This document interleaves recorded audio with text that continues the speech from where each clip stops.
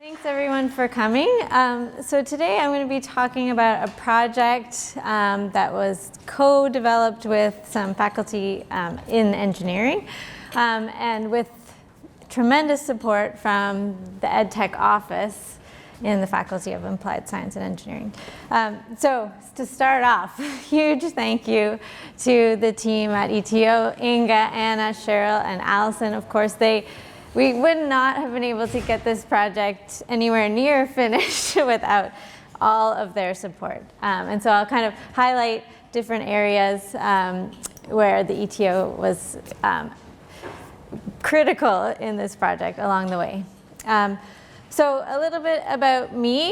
So I'm a climate and atmospheric scientist. I did engineering as an undergraduate, but then went into physics and climate science.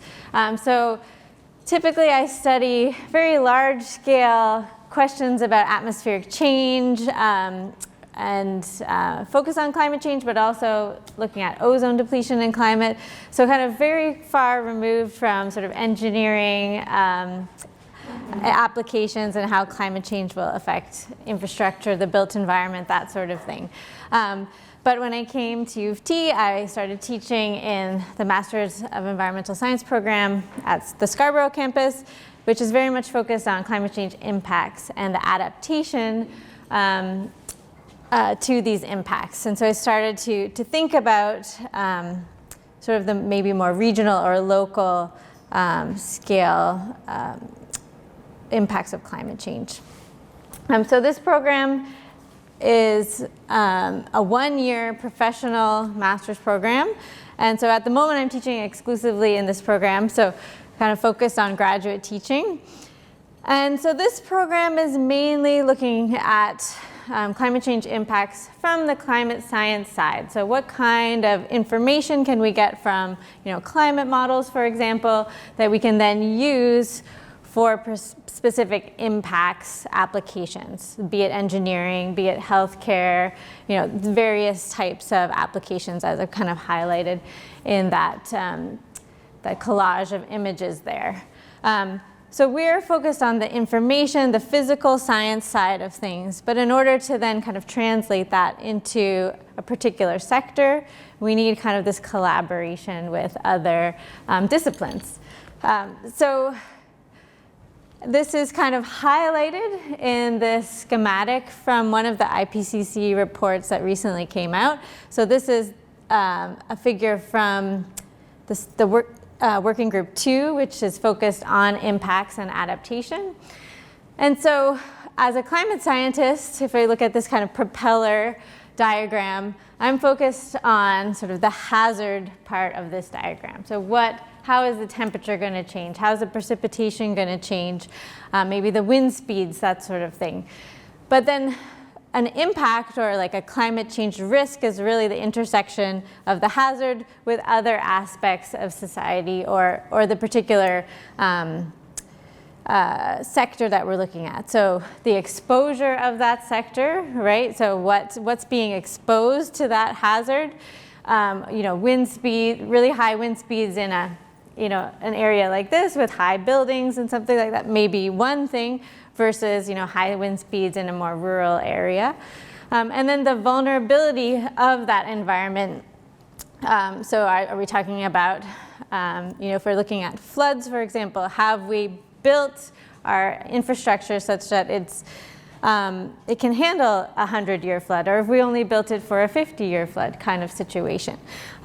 So this is kind of where collaboration with other disciplines comes in. And you could imagine this kind of propeller diagram for engineering applications, but you could also imagine it for all sorts of other types of applications. And so here, just kind of highlighting in the IPCC, they kind of talk about all these different types of impacts. So impacts on livelihoods, health, ecosystems, economic, social, and cultural assets. And from the engineering perspective, our collaboration with mostly engineers or faculty in the civil engineering group, we're focused on kind of infrastructure impacts. So a group of us kind of got together and we sort of put in an application to start a center called the Climate Science and Engineering Center, which was funded by a Dean Strategic Fund in the Faculty of Applied Science. So this started in 2019. And so we work on research projects, but also one of our key objectives as a center was to create kind of multi-level educational programs to address this kind of collaborative work that needs to be done, not just on the research side, but on the training side. So how do we train new professionals to address these challenges associated with climate change that are relatively new and not traditionally kind of integrated into the engineering design process. So our first kind of foray into training and education was to deliver a series of online workshops. So this is kind of where maybe our control shift came in. We were originally planning this to be kind of a summer school, much more interactive, kind of in person in the summer of 2020, which of course didn't happen. So we shifted to then doing kind of a series of online workshops. And so these were throughout the year 2020, 2021. And they were, we tried to make them interactive. We had different kind of, coding activities, data that students could play with, but was a little bit more limited. But kind of based on this, we realized there was kind of a lot we could do in the online space. And we wanted to do more in-person stuff, but we thought, maybe this is a good way to start sharing what we've learned through the process. So we applied for one of these eCampus Ontario Virtual Learning Strategies grants. And so this was, I think, the first round in 2021. And so we applied for what's called a short duration learning opportunity rather than a full course. So we basically kind of thought we could package these workshops that we developed into kind of maybe what amounted to about half of a course worth of material that we could share in these different modules with other institutions within Ontario because we could see that there was a gap in this kind of connection between engineering training and sort of how that intersects with sort of the climate change, physical changes that we're seeing in the environment. So we had 8 faculty across the Faculty of Applied Science, as I said, mostly from civil and mineral engineering. Then we had a professor from physics, and then myself from UTSC. And then we also had a collaborator from Western who was specialized in flood risk, which was a bit of a gap in our expertise. And so our goal with this project was really to address this gap that we saw in sort of the training for engineering students, but also for climate science students. So for both sides of what we see as this kind of collaboration, climate science students don't typically know what their data is eventually going to be maybe used for, or how to package their data so it is useful for different types of applications. And then engineering students are maybe not sure, well, what can a climate model provide me? What are the limitations of this data, et cetera? So we tried to package this together for senior undergraduate students and graduate students in engineering and climate science. Okay, so it has about 8 modules. So as I said, maybe about half a course worth of material, sort of looking at the timing of each of these modules. The first was just kind of an introduction to climate science and modeling. And then the second module is about, well, how do we then take that data to make it useful at a regional scale versus the very large scale that these climate models typically resolve. And then we get into, after that, sort of the various different applications that may be useful when thinking about infrastructure applications. So flood risk, wind loading, building performance, energy systems, transportation. And then in the last module is more kind of thinking through these problems from a life cycle assessment kind of perspective. So we had a pretty short timeline for this, so I think, this is maybe one of the challenges or the lessons learned through this process is that, you can kind of only do what you can do in a short amount of time. So, there's always all these grand ideas at the beginning when you start a project like this, but you kind of have to scope it down as you go. So we had sort of less than a year to put all of this together, and 8 different faculty members trying to coordinate. So it was a bit tricky. But this was kind of the rough timeline of the development. So we had kind of a storyboarding and content development phase. Then we had a phase where we translated that into this digital environment, which I'll show you what that looks like in a minute. And then we did try to incorporate a quick round of student feedback before we submitted to eCampus. So we had 3 students engage with the material and give us their feedback so we could make some final tweaks before submitting it. But we would have liked to have a bit more time to actually pilot it in some of our courses before we submitted it, but the timeline was pretty short. So if you want to check out the material, you can scan the little barcode there, and it will take you to the landing page on the EdTech website. And so did everyone look at the kind of attendee guide for today for the EdTech workshop? Maybe some of you. Yeah, so it was created in, as Allison said, this software called Rise. So our materials are also created in Rise, but they're also available for download in this kind of file format called SCORM, which you can then upload to various different learning management systems. And you can download them each module individually. So maybe if you only kind of are interested in flood risk, for example, like that's my example this year, that was the module that I integrated into one of my courses. Then you can just download that one and upload it into Quarkus, and it integrates pretty nicely. On a phone, on a smaller kind of screen, maybe not so well, but on a bigger screen, it looks pretty good. So just take a moment to kind of have a look at the website. I will maybe try to pull it up here as well. Okay. So this is like the landing page on the EdTech website. So I'll just open kind of the one that I made because I'm most familiar with that one. So on the landing page for the specific module, we have a little intro video that's hosted on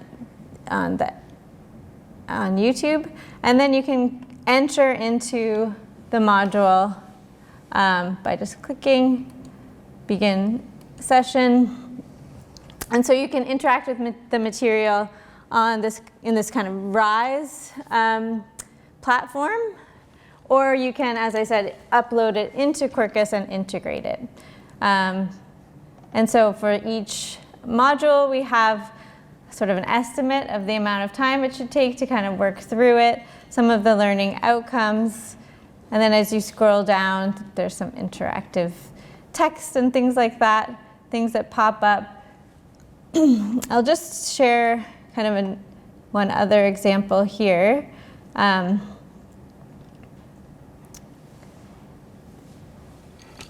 So one of the things that came up with this in the storyboarding kind of part of the exercise is we said, whoops, I'm not sure what happened. That screen, I think those screens are still working, so I'm not sure what happened. But I had some images. I wasn't really sure how to organize them, and this is kind of where EdTech came in and provided, well, this software can do this. We can try different things. Now the other screen went out.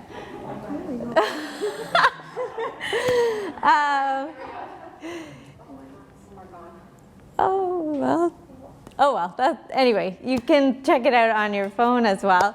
But so I had different data sets, and I was, you could have all these different figures, scrolling through your page, or they had this kind of nice way to look at the data in different tabs. So I was talking about 3 different data sets in this example.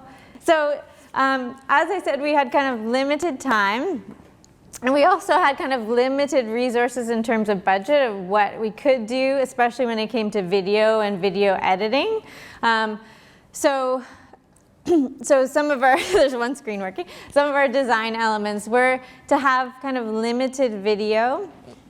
So we did have an introductory video for each section, but then we were mainly using text and images and things like that integrated into this RISE platform.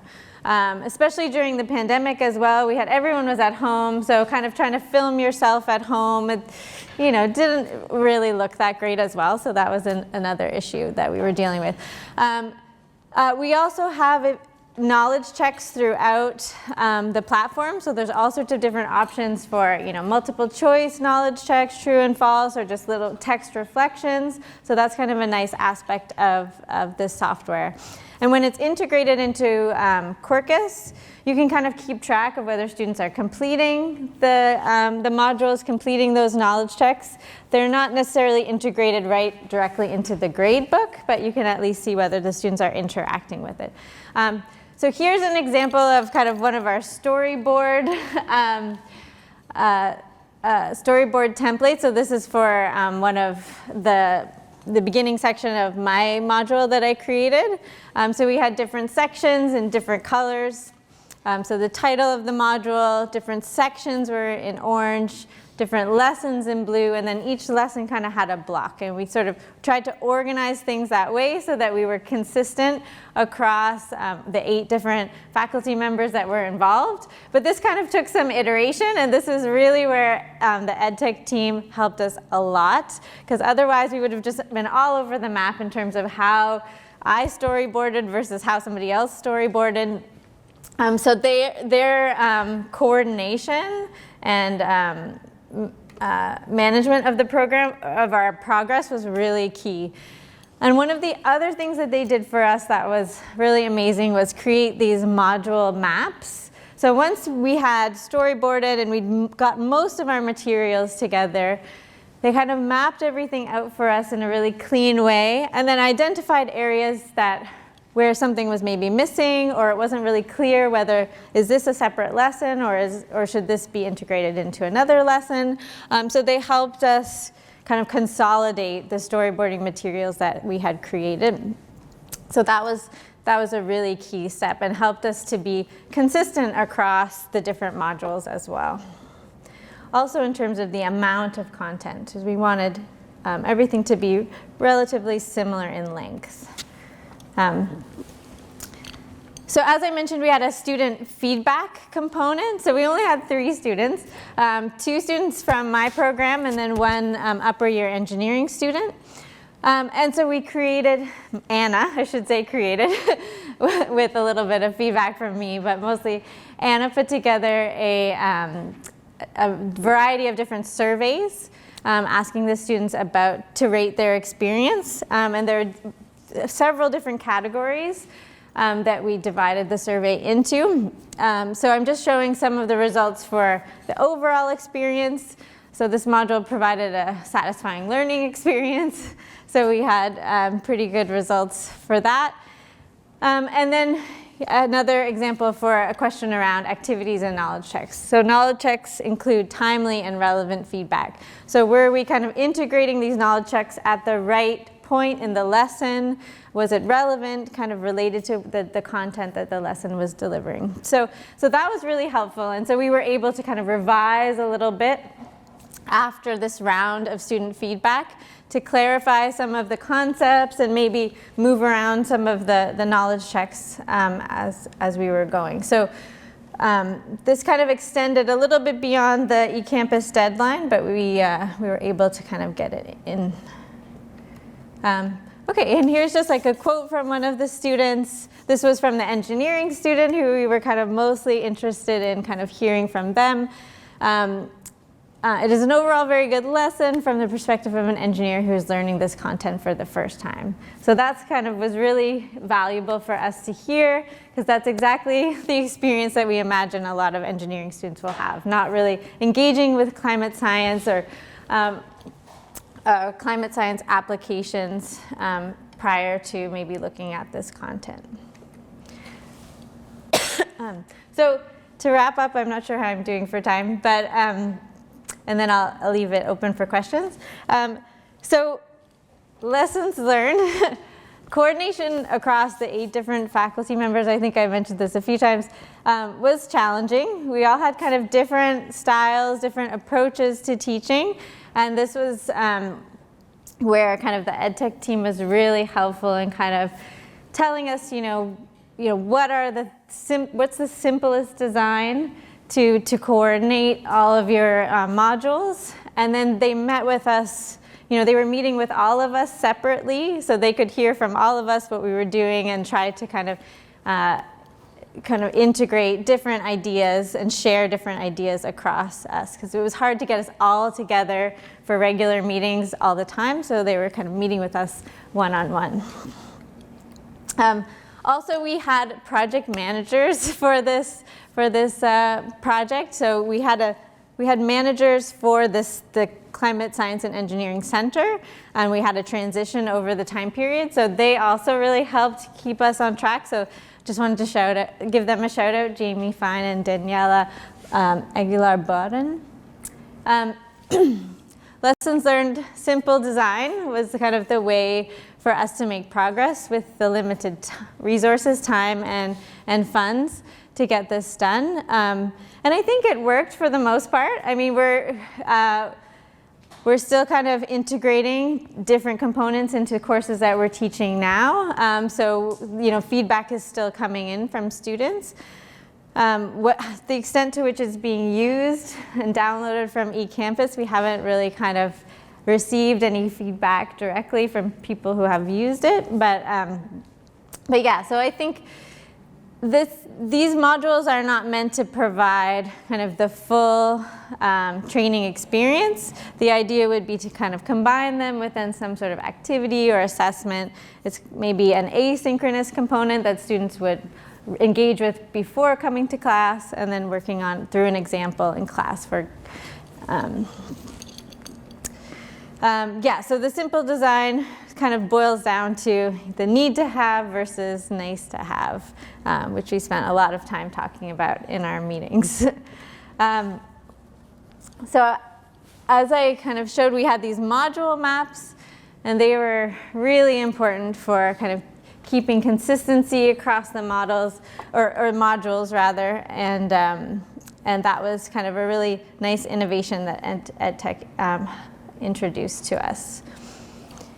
And then the student feedback was really helpful in terms of identifying these muddy points. So there were issues of just content that needed to be clarified, but then also helped us understand how the design translated into the learning experience. So thanks for listening, and I'm happy to answer any questions about sort of the experience. So thanks.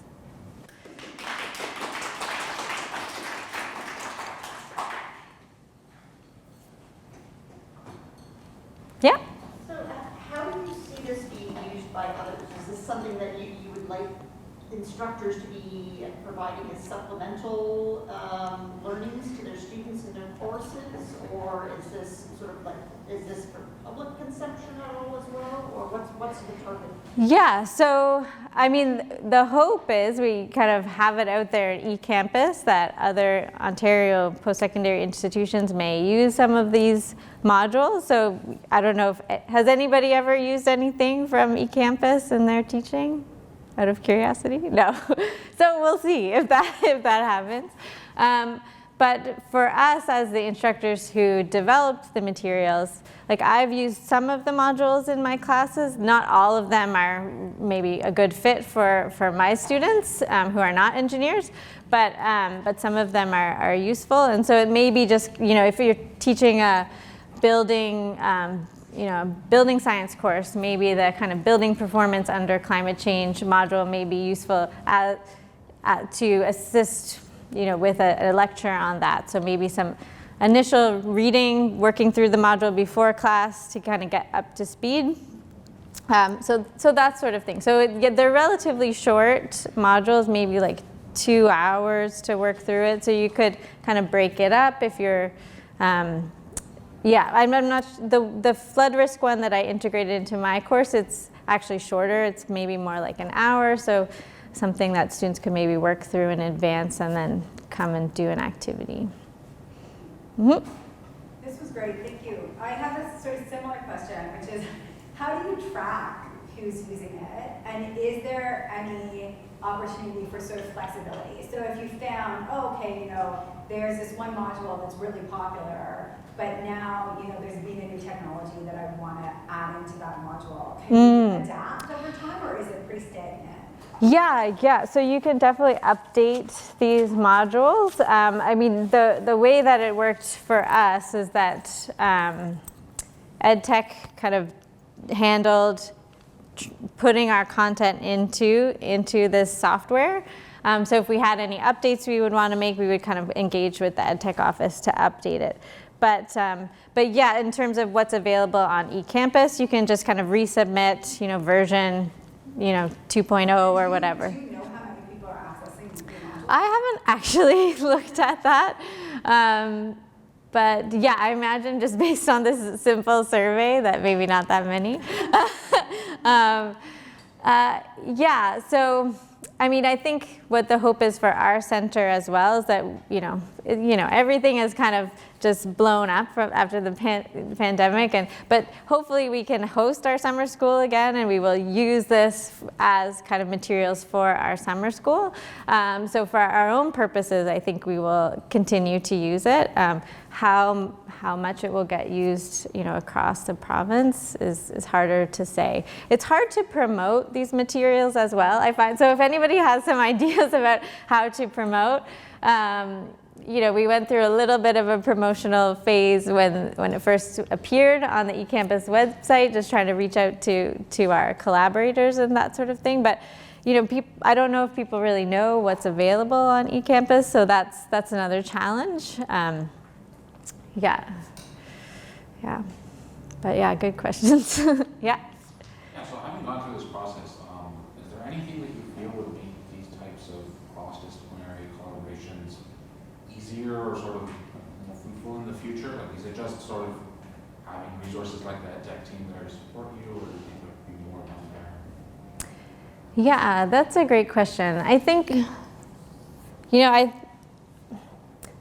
I think it would have been maybe useful to have at least a couple meetings, more meetings right at the beginning around, you know, what is storyboarding, you know, and what does the software look like? Because I think, you know, I was kind of maybe managing the project for the most part, and so I had engaged with other, you know, materials that the EdTech office had provided, and I shared those with the team, but whether or not they all had a chance to look at them was hard to say. So maybe kind of having everyone come and look at the examples together, come like online at the time.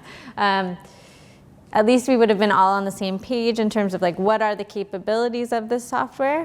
Because I think at first there was a bit of confusion about, well, are we making videos, or can I make a PowerPoint, and can that be integrated into the software?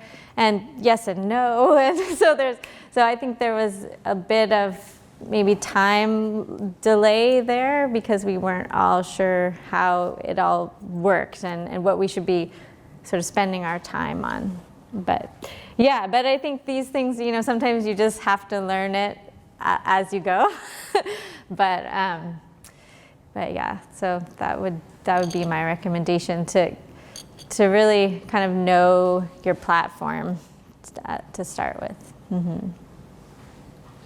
Mm-hmm. Yeah. Okay. Well, thank you so much. And yeah, if you have any questions, you can find me.